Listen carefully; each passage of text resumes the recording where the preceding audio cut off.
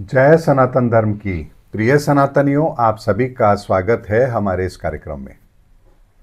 अगर आपको ध्यान हो तो मैंने लगभग कोविड के आसपास एक वीडियो दिया था और ये कहा था कि भविष्य में यानी आने वाले समय के अंदर लगभग 2027 तक की मैंने बात कही थी, इस दुनिया के अंदर एक बहुत बड़े ऑर्गेनाइजेशन का समापन या उसका खात्मा जरूर होगा। यानी एक बहुत बड़ी संस्था अपना अस्तित्व जरूर खो देगी। ऐसे में उस समय जब मैंने बात कही थी तब ग्रहों का जो आकलन था वो पूरी तरह से इस बात को दर्शा भी रहा था। लेकिन फिर बात आती थी कि आखिर ऐसा क्या होगा, कौन सी ऑर्गेनाइजेशन होगी जो इस तरह से ये अपना अस्तित्व खो देगी, जिसका प्रभाव दुनिया में खत्म हो जाएगा। लेकिन आज वर्तमान की जब हम परिस्थिति को देखते हैं तो एक बात निकल करके आती है कि दुनिया के अंदर जो एक ऑर्गेनाइजेशन है WTO, वर्ल्ड ट्रेड ऑर्गेनाइजेशन, जिसे बड़े ही धूमधाम के साथ में जिसको दुनिया ने स्वीकार किया था, पूरी दुनिया के अंदर मार्केट ग्लोबल होना चाहिए, कोई भी देश किसी भी देश के अंदर अपना माल बेच सकता है, कुछ इंपोर्ट करना हो, एक्सपोर्ट करना हो, दो देशों के बीच में व्यापारिक समझौते हों, यानी एक ऐसी पॉलिसी जिसने दुनिया के अंदर विकास को इतनी तेजी से आगे बढ़ाया कि जिसका परिणाम आज हम देख रहे हैं कि पूरी दुनिया एक तरीके से अगर देखा जाए तो ग्लोबली एक व्यापार, एक बाजार बन करके रह गई है। लेकिन अब क्या होने वाला है? अमेरिका कहता है, ट्रंप कहते हैं अमेरिका फर्स्ट, मोदी जी कहते हैं भारत फर्स्ट, शी जिनपिंग कहता है चाइना फर्स्ट, रशिया कहता है रूस फर्स्ट, यूरोपियन देश कहते हैं यूरोप फर्स्ट। आखिर सब फर्स्ट रहेंगे तो सेकंड कौन रहेगा? यानी कि इस समय पर एक ऐसी विचारधारा, एक ऐसी लड़ाई दुनिया लड़ने जा रही है जो अंतहीन है। ध्यान से समझिएगा, यह अंतहीन लड़ाई है। और लड़ाई अंतहीन इसलिए है क्योंकि किसी और चीज की लड़ाई का तो समाधान है, लेकिन पैसों की लड़ाई का समाधान है ही नहीं। इस बात को समझना हो तो बड़े ध्यान से समझिए। आज तक आपने ऐसी लड़ाई देखी है जिसमें दो भाई लड़ रहे हैं, पिताजी की सेवा मुझे करनी है, दूसरा कहता नहीं पिताजी की सेवा तो मैं ही करूंगा। क्या कभी ऐसा देखा है कि एक कह रहा है नहीं पिताजी को अस्पताल तो मैं लेके जाऊंगा, दूसरा कहता नहीं मैं ही लेके जाऊंगा। एक कहता है पिताजी मेरे पास रहेंगे, दूसरा कहता नहीं पिताजी मेरे पास रहेंगे। क्या कभी ऐसी लड़ाई आपने देखी है? आपने नहीं देखी होगी। लेकिन ये पिताजी की दौलत है, इसमें मेरा भी हक है, इसमें इसका भी हक है, ये मैं लूंगा ये वो लेगा, इसकी लड़ाई ये तो हर घर में है। यानी पिता से मतलब किसी को नहीं है, लेकिन पिता की दौलत से मतलब सबको है। यही कारण इस समय दुनिया के अंदर भी बन रहा है, जहां दुनिया से किसी को लेना देना नहीं है, लेकिन दुनिया की दौलत सबको चाहिए।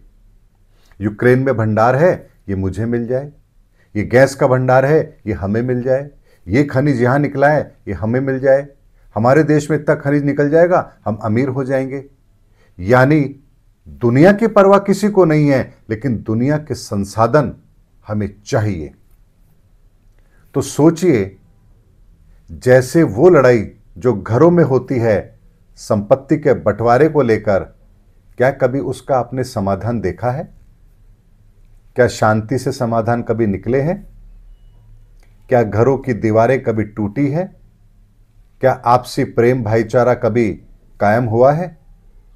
कभी ऐसा हुआ है कि लड़ाई झगड़े हुए हों, बंटवारे हो गए हों, कोर्ट के फैसले आ गए हों और उसके बाद दोनों भाई आपस में गले मिलते हैं, चलो कोई बात नहीं, फैसला तो हो गया, आज से हम भाई भाई? कभी सुना है आपने? कभी देखा है आपने?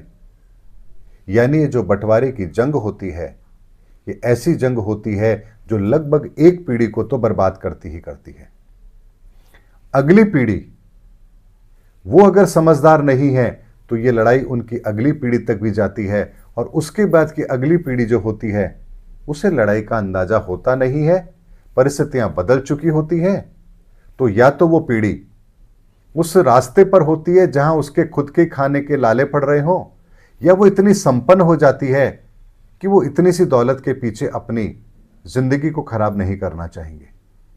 यही परिस्थिति आकर के तीसरी पीढ़ी के अंदर हमको समाधान देती है, लेकिन ये समाधान हमारी दो पीढ़ी को खराब कर देता है, बर्बाद कर देता है। ठीक इसी तरह की लड़ाई हम दुनिया में लड़ने जा रहे हैं।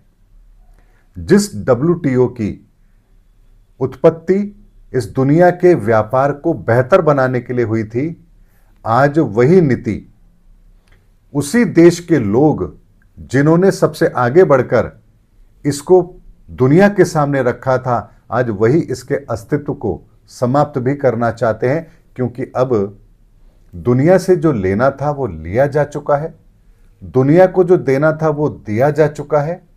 अब कमाने खाने को ज्यादा कुछ बचा नहीं है। अब तो स्थिति ये हो गई है कि कौन देश दुनिया के कितने बड़े मार्केट पर अपना कब्जा कर सकता है, अभी दौड़ इस चीज की चल रही है।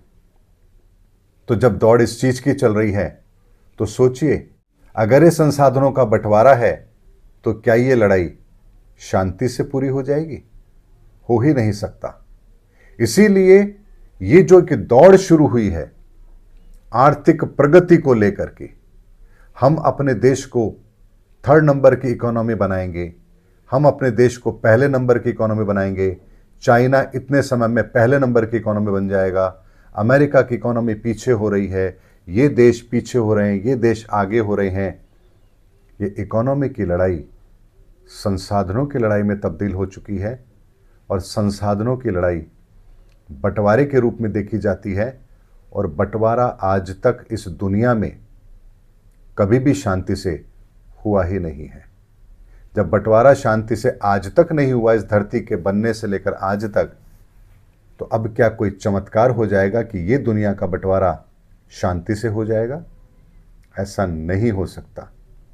इसीलिए दुनिया किस खतरे से जूझ रही है, किस खतरे को आमंत्रित कर चुकी है, इसका अंदाजा दुनिया लगा भी नहीं पा रही है, जबकि ये एक वो कड़वी सच्चाई है जिसके सामने आंख बंद कर लेने मात्र से समाधान मिलने वाला नहीं है।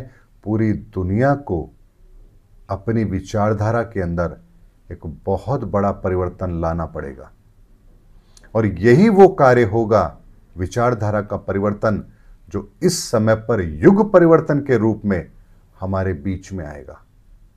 इसीलिए अगर आप सोचते हैं कि धर्म के नाम पर कोई समाधान मिल जाएगा, सामाजिक उन्नति के नाम पर कोई समाधान मिल जाएगा, आर्थिक प्रगति के नाम पर कोई समाधान मिल जाएगा, तो ये हमारी सबसे बड़ी भूल है। हमें समाधान केवल और केवल हमारे विचारों के परिवर्तन से मिलेगा, और विचारों का परिवर्तन कभी भी ऐसे ही नहीं आता है।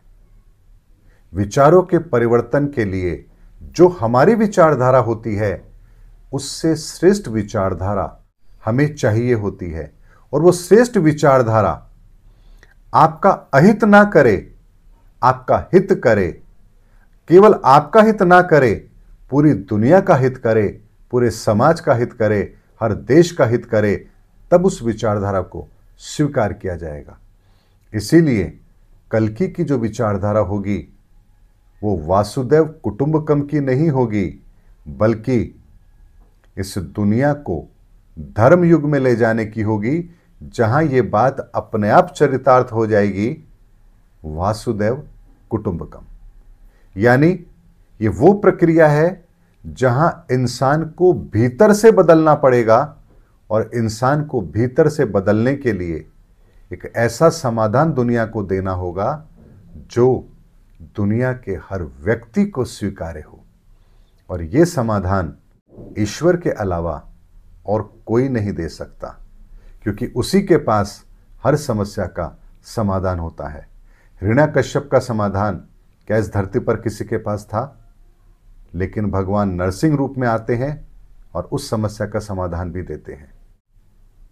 इसीलिए वर्तमान की समस्या का समाधान भी बहुत जल्दी हमें मिलने वाला है, इसके संकेत हमें बहुत पहले मिल चुके हैं। और क्या होना है, कैसे होना है, कब होना है, कौन करेगा, कैसे करेगा, कौन स्वीकार करेगा, कौन स्वीकार नहीं करेगा, कौन विनाश के मुहाने पर जाएगा, कौन नवसृजन करेगा, कौन धर्मयुग में प्रवेश करेगा, कौन धर्मयुग से वंचित होगा, किसकी विचारधारा श्रेष्ठ होगी, किसकी विचारधारा का पलायन होगा या उसकी समाप्ति होगी, ये सारी बातें मुझे पता भी हैं, आकलन मेरे सामने हैं, बहुत पहले से हैं, लेकिन समय नहीं आया, इसलिए आपको समय से पहले बता दूं, ये बात ठीक भी नहीं है। लेकिन 30 मार्च 2025 के बाद ये सारे के सारे रहस्य एक एक करके आप लोगों के सामने जरूर रखूंगा, और ये वो समाधान होगा जो ईश्वर के द्वारा हमें सौगात में दिया जा रहा है। और यही समाधान इस पूरी दुनिया की वर्तमान समस्या का एकमात्र समाधान होगा। इसीलिए इस युग परिवर्तन को बड़ी गंभीरता से लीजिए, अपने हृदय में उस ईश्वर को स्थान दीजिए, अपनी भौतिकवादी सोच से ऊपर उठकर आध्यात्मवादी सोच को अपने जीवन में स्थान दीजिए। उम्मीद करता हूँ आज का वीडियो आपको एक इशारा मात्र है समझाने के लिए कि धर्म युग में क्या होने वाला है। मिलेंगे अगले वीडियो के अंदर, तब तक के लिए जय हिंद, जय भारत, जय सनातन धर्म की।